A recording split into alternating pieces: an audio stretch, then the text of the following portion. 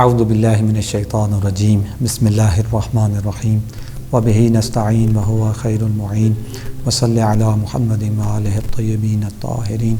وعلی جمیع الانبیاء والمرسلین والشہداء والصدیقین وعباد اللہ الصالحین۔ اپنے تمام محترم ناظرین کی خدمت میں السلام علیکم ورحمۃ اللہ وبرکاتہ۔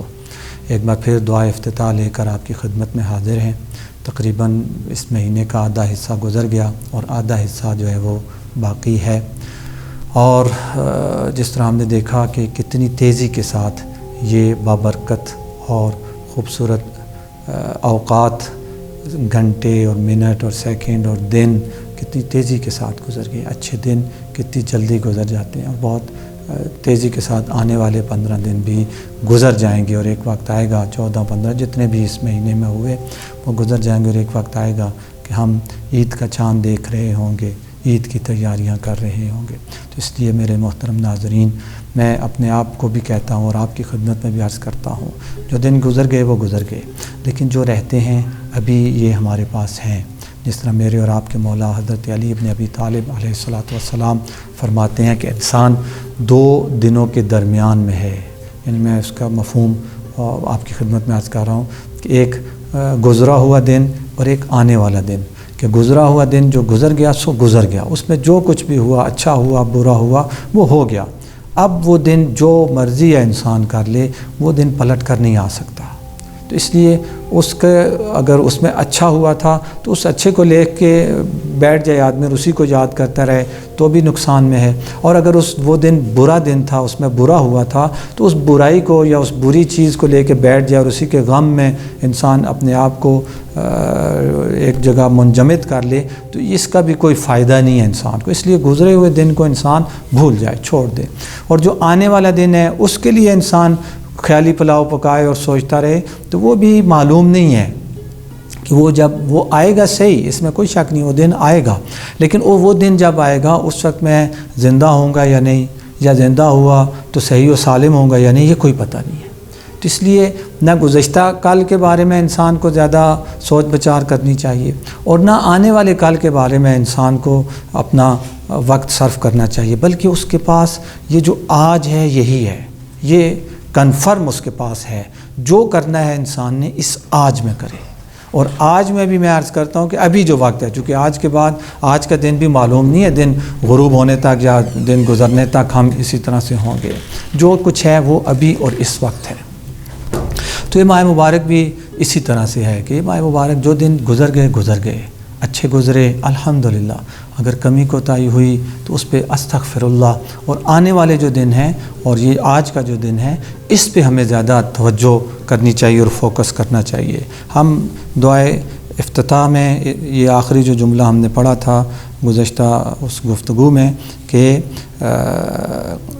وعدیمۃ مخوفۃ قد کفانی وبہجۃ مونقۃ قد ارانی فاثنی علیہ حامدا وَأَذْكُرُهُ مُسَبِّحًا۔ آج الحمدللہ الذی لا یحتق حجابہ، یہاں سے خدا کی حمد کا آغاز کرتے ہیں۔ اگر جو میری ناقص معلومات ہیں،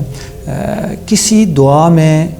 اتنی زیادہ حمد اور اتنے مختلف انداز کے ساتھ اور خوبصورت انداز کے ساتھ حمد کسی اور دعا میں اس مقدار میں ہمیں نہیں ملتی۔ دعائے عرفہ جو امام حسین علیہ السلام سے منقول ہے، اس میں بھی یہ حمدیہ کلمات کافی سارے ہیں، لیکن بہرحال اس مجموعہ دعا کو جب دیکھیں گے اس کی لینتھ کو، تو اس میں ایک مختصر حصہ وہ حمد کا نظر آتا ہے، لیکن اس دعا میں اگر آپ دقت کریں اور غور کریں تو شاید اس دعا کا 1/3 جو ہے، یعنی ایک 3 حصے کیے جائیں تو ایک حصہ جو ہے وہ پورا سارا صرف حمد پر مشتمل ہے۔ تو واقعاً یہ حمد کے اعتبار سے بہت بہترین دعا ہے۔ جب خدا انسان کا دل کرے کہ میں خدا کی حمد بجا لاؤں تو اس وقت بھی اس دعا کو پڑھا جا سکتا ہے۔ الحمدللہ الذی لا یحتق حجابہ، حمد اس خدا کی کہ جس کا پردہ جو ہے وہ کبھی پھٹتا نہیں ہے، پردہ ہٹتا نہیں ہے، جس کا ہمیشہ اس کا پردہ موجود ہے۔ اب یہ پردہ خود اس کی اپنی ذات اور عظمت کے اعتبار سے بھی ہو سکتا ہے، اور یہ پردہ جو ہمارے گناہوں پر وہ ڈالتا ہے وہ پردہ بھی ہے۔ یعنی دوسرے لفظوں میں ہم چونکہ اپنے اعتبار سے بات کریں تو زیادہ بہتر ہے کہ خدا جو پردہ پوشی کرتا ہے، اس پردہ پوشی میں انسان کی مکمل پردہ پوشی ہوتی ہے۔ بعض اوقات ہوتا ہے میرا کوئی غلطی، کوئی گناہ، کوئی خامی میرے کسی عزیز کو پتہ چل جاتی ہے تو وہ اسے چھپاتا ہے، لیکن وہ چھپا کر بھی کہیں نہ کہیں اس سے ظاہر ہو جاتا ہے، یا اور نہیں تو کم از کم میرے سامنے وہ ضرور کسی نہ کسی حوالے سے جتلا دیتا ہے۔ لیکن خدا جو پردہ پوشی کرتا ہے وہ پردہ پوشی کامل پردہ پوشی ہوتی ہے۔ اور دوسری چیز، ہمارے عزیز اگر میری کوئی خامی چھپانا بھی چاہیں تو اور لوگ ان کی اس چھپانے میں رکاوٹ بن سکتے ہیں، اور ان کو پوری کوشش کے باوجود بھی بعض اوقات میرا گناہ، میری غلطی، میری کوتاہی آشکار ہو جاتی ہے، میری آبروریزی ہو جاتی ہے۔ لیکن جب خدا میری پردہ پوشی کرنا چاہے تو پھر کائنات کی کوئی طاقت اس کی اس پردہ پوشی کو ختم نہیں کر سکتی، اس پردے کو پھاڑ نہیں سکتی۔ الحمدللہ الذی لا یحتک حجابہ، وہ جب حجاب سے کام لیتا ہے، پردہ پوشی سے کام لیتا ہے تو اس کی پردہ پوشی کو کوئی توڑ نہیں سکتا۔ ولا یغلق بابہ، انتہائی امیدوار کرنے والا جملہ، ولا یغلق بابہ، حمد و صلاح کے لیے جس کا دروازہ کبھی بند نہیں ہوتا۔ بڑے بڑے سخی، بڑے بڑے رحم دل لوگ بھی بہرحال ایک وقت آتا ہے 24 گھنٹوں میں وہ اپنے گھر کا دروازہ بند کر لیتے ہیں، اپنے فون بند کر لیتے ہیں، موبائل آف کر دیتے ہیں، دروازے لاک کر دیتے ہیں، لیکن خدا و تعالی کا دروازہ کبھی بند نہیں ہوتا، بلکہ جب دنیا والوں کے دروازے بند ہو جاتے ہیں خدا و تعالی مزید دروازے کھول دیتا ہے۔ رات کی تاریکی میں خدا کے خاص دروازے کھلتے ہیں، اور خصوصاً سحر کے وقت جو دروازے کھلتے ہیں وہ کسی اور وقت نہیں کھلتے۔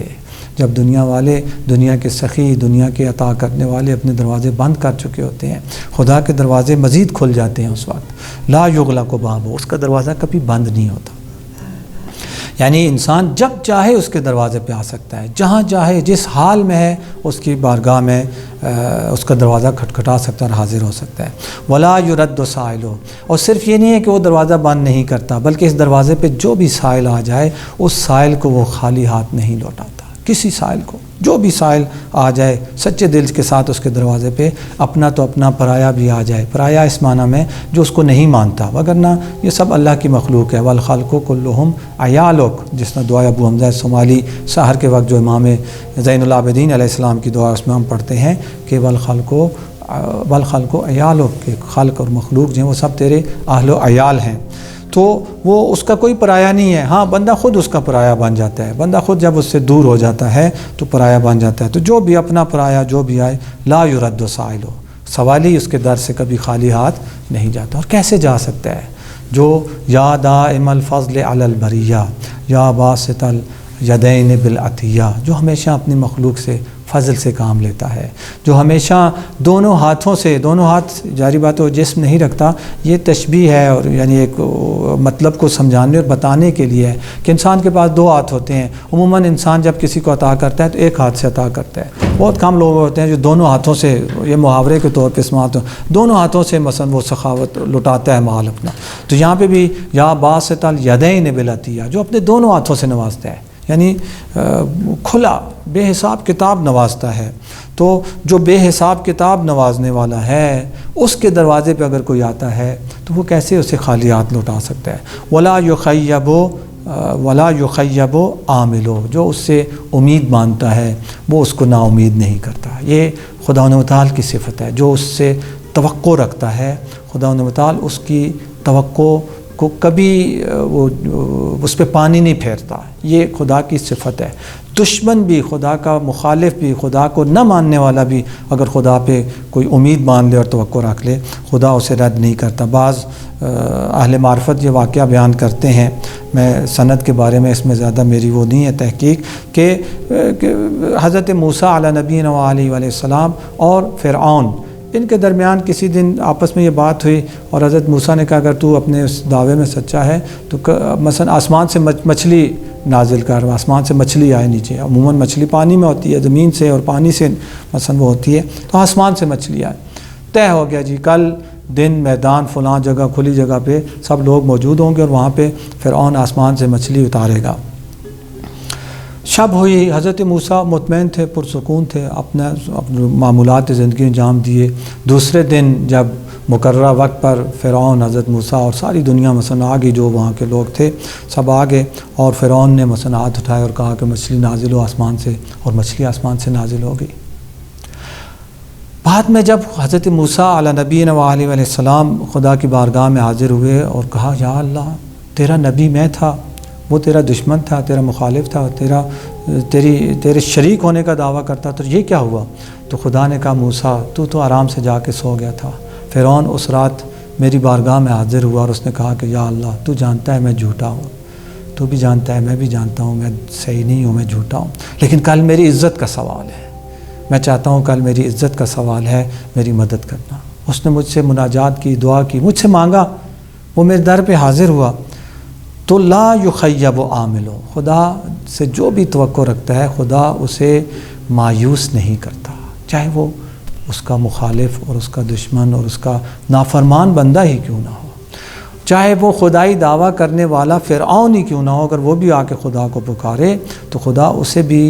اپنے بارگاہ سے خالی ہاتھ نہیں لوٹاتا۔ جس طرح وہ دوسری روایت ہے شیخ صدوق علیہ الرحمٰن نے نقل فرمائی کہ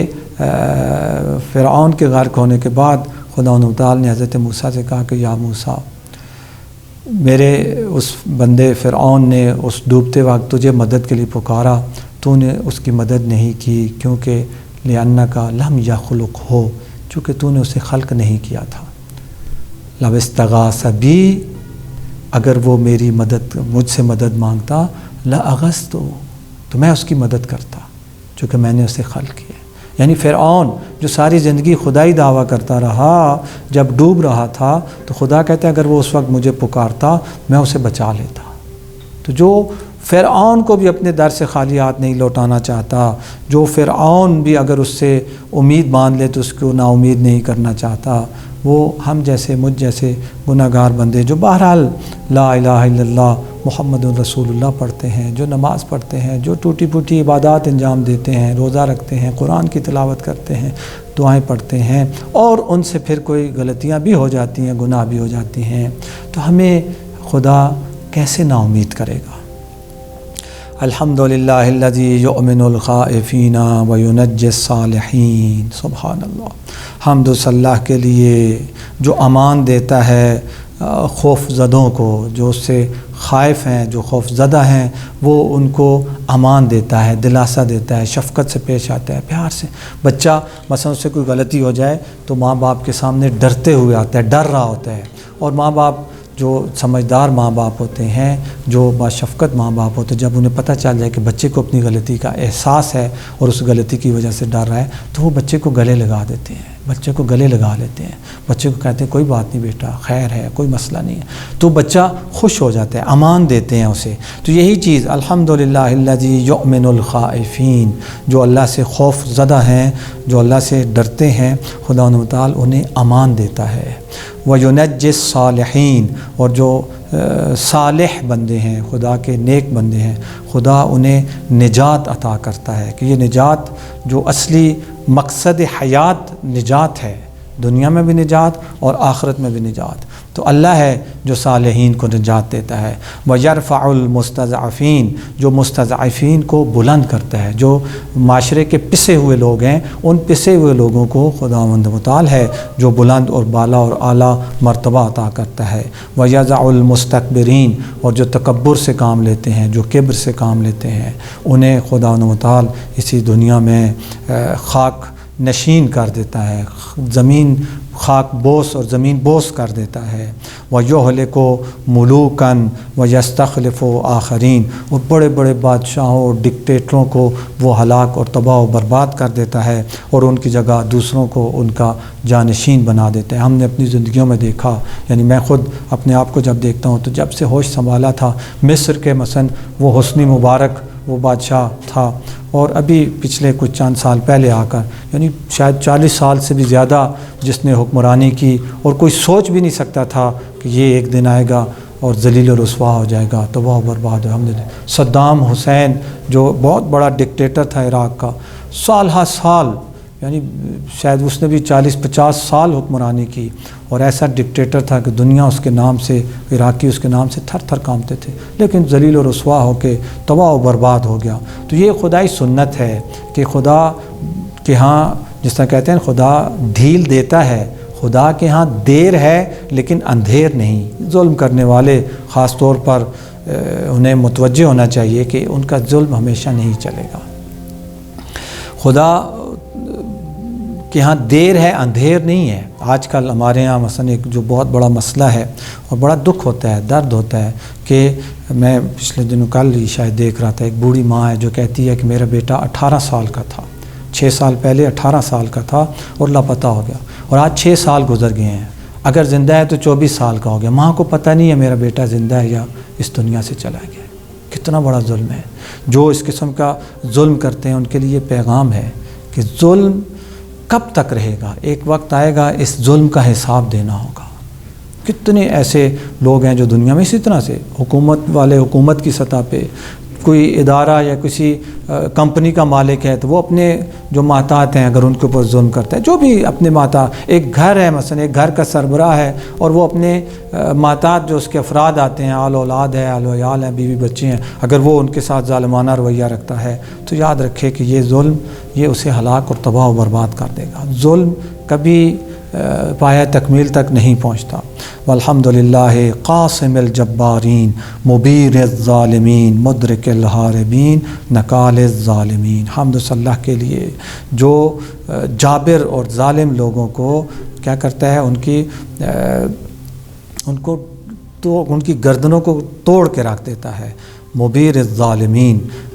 نابود کر دیتا ہے ظالموں کو۔ مدرک الحاربین جو اس سے بھاگ جاتے ہیں، فرار کرتے ہیں، وہ ان کو پکڑ لیتا ہے۔ نکال الظالمین، دوبارہ ظالمین کا چند بار ذکر ہے، اس لیے میں عرض کر رہا تھا کہ ظلم کرنے والے ہوشیار ہو جائیں۔ نکال الظالمین، ظالمین کو نکیل ڈال دیتا ہے، یعنی وہ ان کو پکڑ لیتا ہے، اور خدا کی پکڑ سے کوئی بھی انسان کو نہیں بچا۔ جس کو خدا پکڑ لے اسے پھر کوئی نجات نہیں دے سکتا۔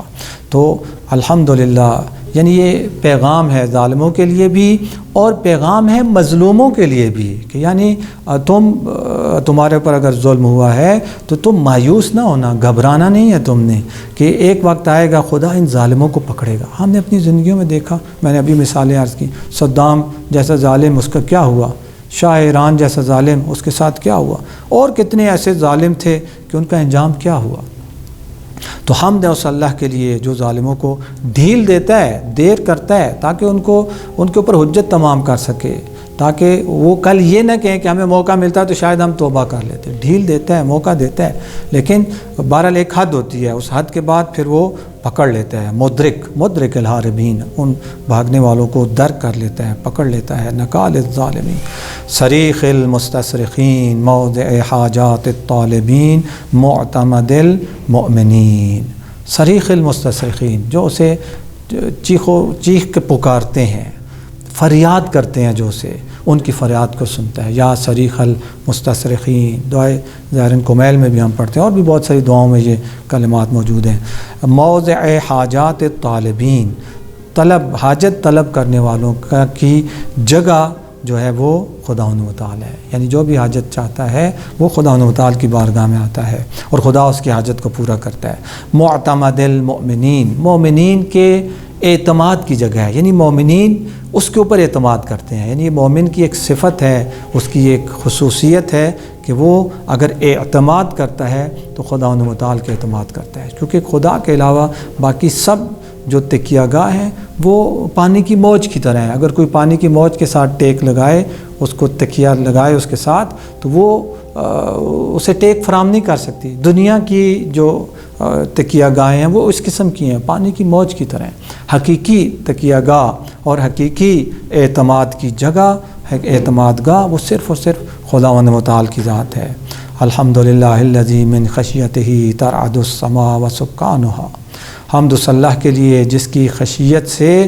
آسمان اور آسمان کے رہنے والے مثلا تھر تھر کانپتے ہیں۔ آسمان والے وہ عظیم مخلوقات وہ تھر تھر کانپتی ہیں۔ وَتَرْجُفُ الْأَرْضُ وَعُمَّارُهَا، اور زمین کو آباد کرنے والے بھی اس کی بارگاہ میں تھر تھر کانپتے ہیں، جو اس کی عظمت کو جانتے ہیں، جنہیں پتہ ہے خدا و تعالی کی عظمت اور جاہ و جلال کا جنہیں پتہ ہے، وہ تھر تھر کانپتے ہیں، خصوصاً اس کے عدل سے، خصوصاً اس کے عدل سے تھر تھر کانپتے ہیں، چونکہ وہ عدل سے جب کام لے، انصاف سے جب کام لے، تو جس طرح حضرت سلطان باہو رحمۃ اللہ تعالیٰ علیہ کا وہ مشہور و معروف شعر ہے کہ عدل کریں تے تھر تھر کمن اچیاں شانہ آلے ہو، عدل کریں تے تھر تھر کمن اچیاں شانہ آلے ہو، فضل کریں تے بخشے منجن میں ورگے منہ کالے ہو، کہ خدایا اگر تو عدل سے کام لے تو بڑی بڑی شان والے اور بڑے بڑے نام والے لوگ بھی تھر تھر کانپتے ہیں، اور اگر فضل سے کام لے تو مجھ جیسے سیاہ روح سیاہ جو ہیں وہ بھی بخشے جائیں گے، بخش دیے جائیں گے۔ الہی عاملنا بفضلک ولا تعاملنا بعدلک، کہ خدایا ہمارے ساتھ فضل سے کام لینا، ہمارے ساتھ عدل سے کام نہ لینا، چونکہ اگر عدل سے کام لیا تو میزان الاعمال علی ابن ابی طالب علیہ السلام کی ذات والا صفات ہے، یعنی علی کی نماز کے ساتھ اگر میری نماز کو تولا گیا تو میری نماز زیرو ہو جائے گی، ختم ہو جائے گی، علی کے روزے کے ساتھ میرے روزے کو، یعنی جتنے میں نیک اعمال کی بات کروں، میرے نیک اعمال کو جب مولا کائنات کے نیک اعمال کے ساتھ تولا جائے گا تو پھر میرے ہاتھ کچھ بھی نہیں آئے گا، اس لیے عدل کریں تو تھر تھر کمن اچیاں شان نہ آلے ہو۔ ہاں عاملنا بفضلک، اگر تو نے فضل سے کام لیا تو پھر جب فضل سے کام لے گا تو پھر میری کامیابی اور نجات کی امید ہے۔ وَتَمُوجُ الْبِحَارُ وَمَنْ يَسْبَحُ فِي غَمَرَاتِهَا، جو سمندروں کے اندر جو موجیں ہیں اور سمندروں کے اندر جو تیرنے والی مخلوقات ہیں وہ سب بھی تیری عظمت کے سامنے تھر تھر کانپتی ہیں۔ الحمدللہ الذی ہدانا لہذا وما کننا لنہتدی لولا ان ہدانا اللہ، حمد و صلاح کے لیے جس نے ان سب چیزوں کی ہمیں ہدایت عطا کی، یہ معرفت، یہ دعا افتتاح، یہ امام زمان علیہ السلام کی محبت اور ان کی امامت کا عقیدہ، اہل بیت علیہ السلام کی ولایت، یہ ساری چیزیں جو ہیں یہ خدا و تعالی نے ہمیں عطا کی، ہم ان نعمتوں پر خدا کا شکر بجا لاتے ہیں۔ وما کننا لنہتدی لولا ان ہدانا اللہ، اگر خدا ہمیں ہدایت نہ کرتا، خدا ہمیں اس در سے آشنا اور مانوس نہ کرتا تو ہم گمراہ ہوتے، ہم ہدایت کے راستے پر نہ ہوتے۔ یہ سب سے بڑی جو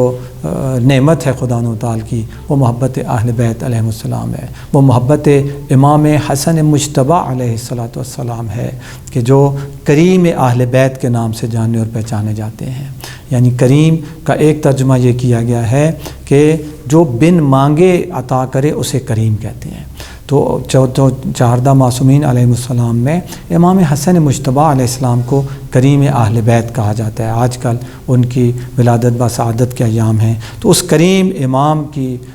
کے صدقے ہم خدا و تعالی کی بارگاہ میں عرض کرتے ہیں، خدایا ہمیں اس دعا کے معارف کو سمجھنے، عمل کرنے اور پھیلانے کی توفیق عطا فرما۔ خدایا ماہ مبارک کے جو دن گزر گئے اس میں جو ہم سے کوتاہیاں ہوئیں ان کوتاہیوں سے ہمیں آنے والے دنوں میں بچنے کی توفیق عطا فرما، اور خدایا جن نیک اعمال کو ہم نے ان گزرے ہوئے ایام میں انجام دیا ان نیک اعمال کو آنے والے دنوں میں بھی پہلے سے زیادہ بہتر اور خلوص کے ساتھ انجام دینے کی توفیق عطا فرما۔ والحمدللہ رب العالمین وصلی اللہ علی محمد و آلہ الطاہرین۔